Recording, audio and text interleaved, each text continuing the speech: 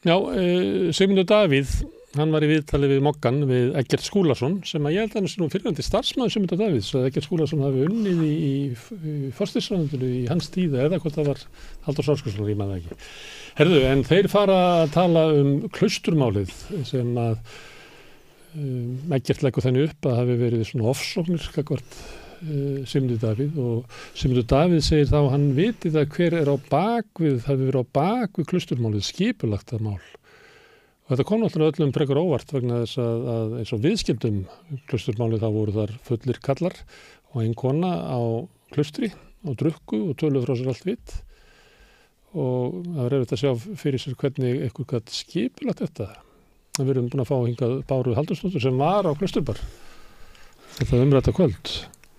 Hvað hver skipulaði klausturmálið? Samfélagsaðstæður. Ég náttúrulega ákvað að fara á klaustur bara eftir ég var hjá samtökunum 78 minningadögum transfólks. Það er skipulagið innihélt það að ég nefndi ekki á iðnaði því að sem ég hafa því og hitta þetta indæla fólk á svona indælli stundu. Þannig að þetta var ekki skipulagt það var tilvíðin að Nei. En hvernig finnst þessi hugmynd hans að hafi ykkur eins og hafi skipulagt þetta upptökurnar og að það að þeir væru þarna?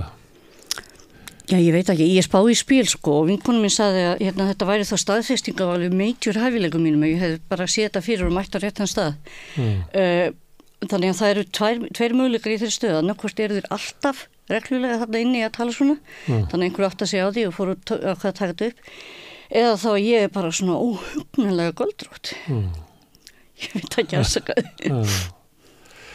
Já, en hann talaði þetta og talaði svolítið að þetta mál hefði verið svona ein af mörgum aðförum gegn sér.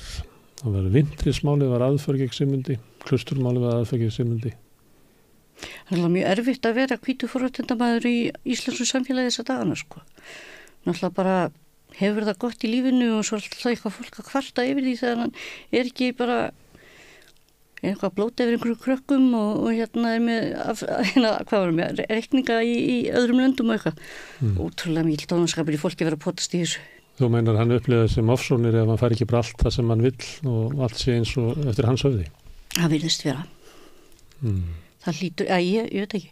Ég hef svo sem ekki pælt í mikið í honum sem einstaklingi en það er svona allt sem gerist verðist svona vera svona já en ég vil líka fá köku. Ég veit ekki, minnst þetta svo hálfgjör sandkassa umræða og ég venjulega reyna að gera ekkert í því að svara eða tala um þetta einfallega út af því að ég nenni ekki að fá morðhóttanir og ég nenni ekki að fá leiðindapakki sem fylgir honum heim til mín. Nei. En kona mín hún benti mér á þessa fyrirsögn í morgunin þannig að þetta gerðist og ég bara í alvörunni svo ég tweetaði og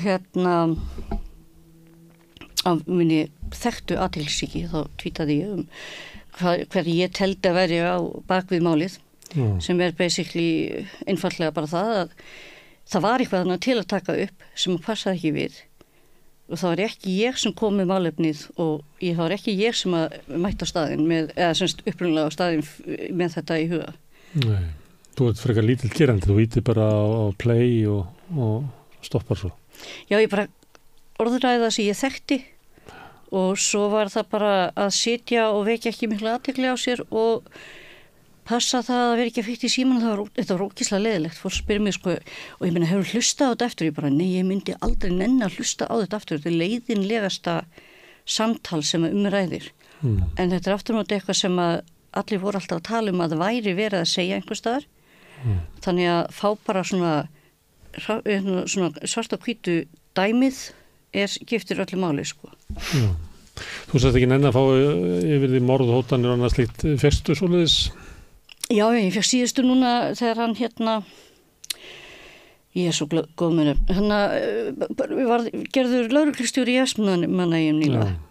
Ég tók í þessum þátt í umræðinu en fekk samt sem aður eitthvað að ef ég myndi mæta til Vestmannaeyja þá yrði það mín síðasta ferð, sérstaklega ef ég myndi mæta á þjóðhátíð sem ég hef aldrei mætt á þannig að þetta var svo mikið vandamál en það er samt svona frekar óþægilegt.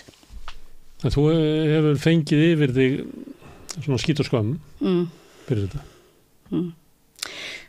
Prósentulega samt sko, ég veit ekki, ég held að meiri hluti Íslendinga sé bara ánægði með að þetta hafi komið frá yfirborðið eitthvað til þess að vinna úr sko. Já, þú veist mikið hól.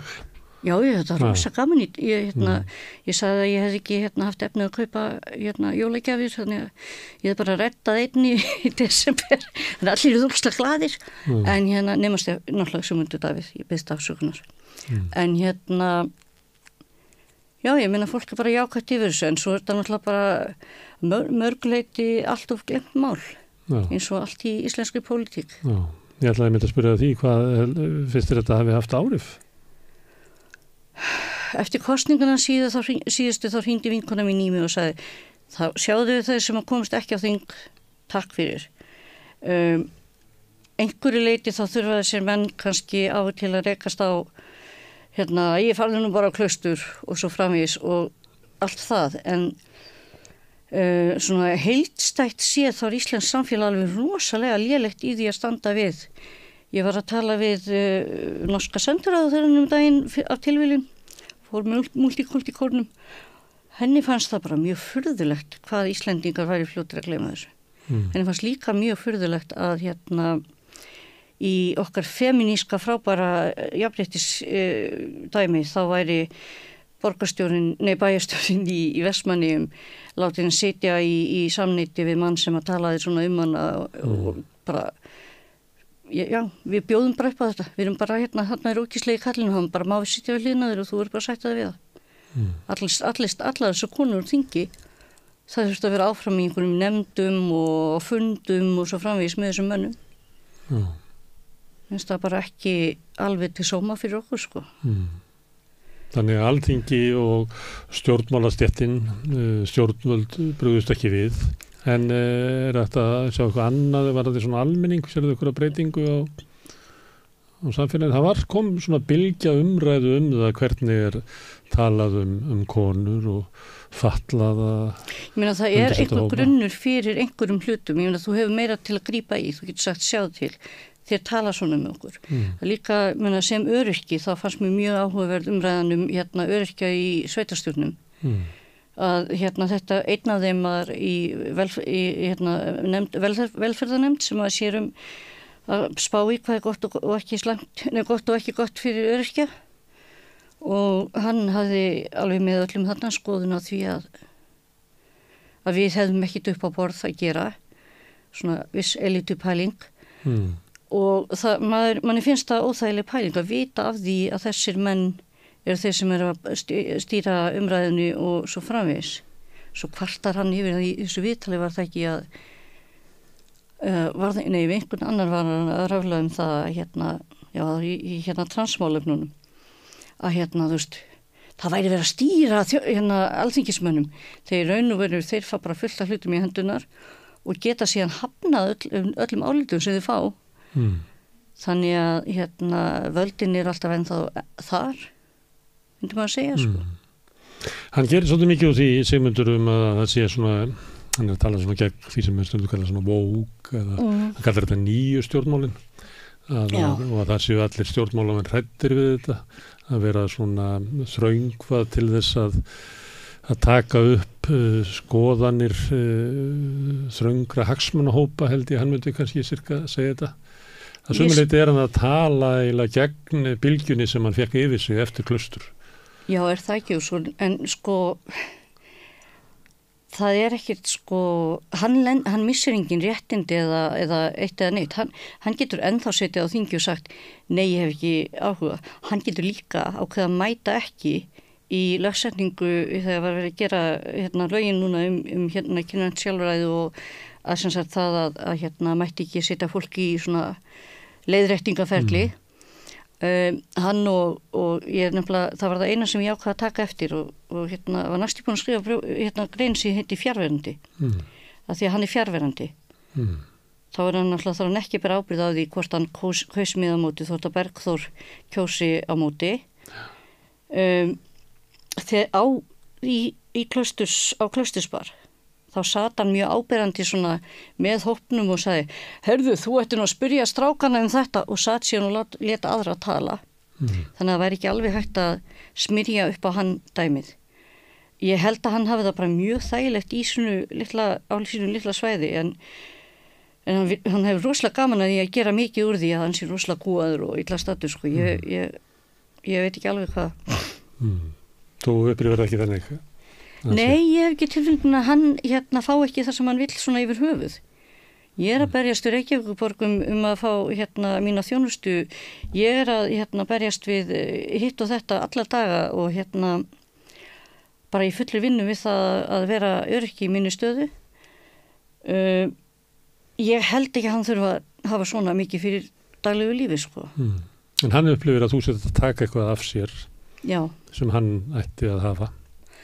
Já, það náttúrulega viss tilhjálplunarsemi sem stendur í því að sitja á bar og öskra yfir hópinn hvað að gera og ef að þú heldur að þú hafir þannig rétt eða sért það entitled að þú megir það, þá náttúrulega það rosalega mikið móðgun við þig og glæpur við þig að segja þér að þú megir ekki vera, þú veist, dónalegi kallinn í hópinnum, sko. Ég held að það sé bara rosalega óþægilegt þegar maður hefur ekki mörg að fá fullt af mörgum. Ég veit ekki, ég meina, bara, þú veist, ég búin að díla við 3 ár af auknum líkamlegum veikindum en sem ég gerði þetta, sem að hefur tekið alveg þó nokkuð á. Hann bara í Chile og fer hingað og þangað og ég veit ekki. Ég veit svo sem rosalega lítið lífið hans, en ég efast að hann sé mikið að díla við svona hluti. Já. Þannig að þú hugsar ekki mikið Sigmund? Ekki nema þegar hann poppar svona upp svona, þetta er svona, þú veist, En ekki svolítið til því þessu viðtali og það sem hann hefur verið að segja svona undanfarið, eins og hann hafi svona einhverja hugmyndum, hann geti svona einhvern veginn unnið þetta mál tilbaka. Hann náttúrulega vill breyta umræðinu í það að fjalla upptökur og njóstnir og hleranir og samsæri og svo framvís. En þess að það náttúrulega auðveldar honum, hann vill náttúrulega örugglega ekki þurfa að tala í smáatriðum það sem var gert, það sem var sagt á þessum tíma, hvað þá þeirra skringilegu viðböru eftir á. Þannig að þetta er bara, þú veist, köllum þetta hlerunamálið í staðan fyrir klaustus eða miðflokksmáli sem mér finnst að ég kalla það því þau eru allir komin í miðflokkin á sínum tíma. Já, áherslan er þá frá hvað var tekið upp yfir á að ég skulle hafa vogað mér það og þetta sé sko einkasamtal og já, ég held að það sé bara mjög þægilegt að kassa þetta inn í eitthvað þar sem að maður fer aldrei inn í það sem að var talað eða gerist, sem er ástæða fyrir að mér fannst bara ágætt að skrifa þarna eitt lítið tvít það hver bæri ábyrgð á þessu. Já, við vorum áðan að tala Julian Assange og þar komið mitt fram að svona lína í umræðinni að það er ekki verið að tala það hvað var byrt, þessi leyniskjöl sem voru byrt eða hvort þau áttu erindi við almenning eða hversu mikilvæg þau voru, heldur að horfa á það að þau hafi verið stólin og þess vegna verður við að bregðast við þannig að við reyna að flytja málið þannig. Við þekkjum það líka úr Samherjamálinu sem að í sumum miðlum svona detta yfir það að heita Byrlunamálið. Já. Er það út af sem hann að sjómanni fyrir skipstjórum. Ég fylgdist ekki alveg í smáatriðum með þessu nema bara að svona einhvern veginn upplifa svona, ég upplifði vissa svona endurtekníku á sem sagt að það er þarna málefni sem kemur upp á, það er verið að spjalla það er mikilvægt og svo er farið yfir í að tala allt nema það að eitt stærsta fyrirtæki á Íslandi tók þátt í sko einhverju sem voru sko bara stórt málefni í erlendu lítir ríki mútanir og svo framvegis og ég er ekki ennþá að sjá neinar afleiðingar eða breytingar eða hugsanir eða eitt eða neitt þetta er bara eins og þetta hafi verið svona já þetta er nú alveg rosalegt mál og búið ég kannski ekki fylgja snúðu vel með sko. Nei. Það bara, takk fyrir að koma hérna og rifja aðeins upp með okkur Klausturmálið í gefnu tilefni, því að Sigmundur Davíð vil byrja. Skál fyrir því. Já, takk fyrir það. Ég vona að ég þurfi ekki að koma fljótlega aftur. Nei. Herðu, þetta var...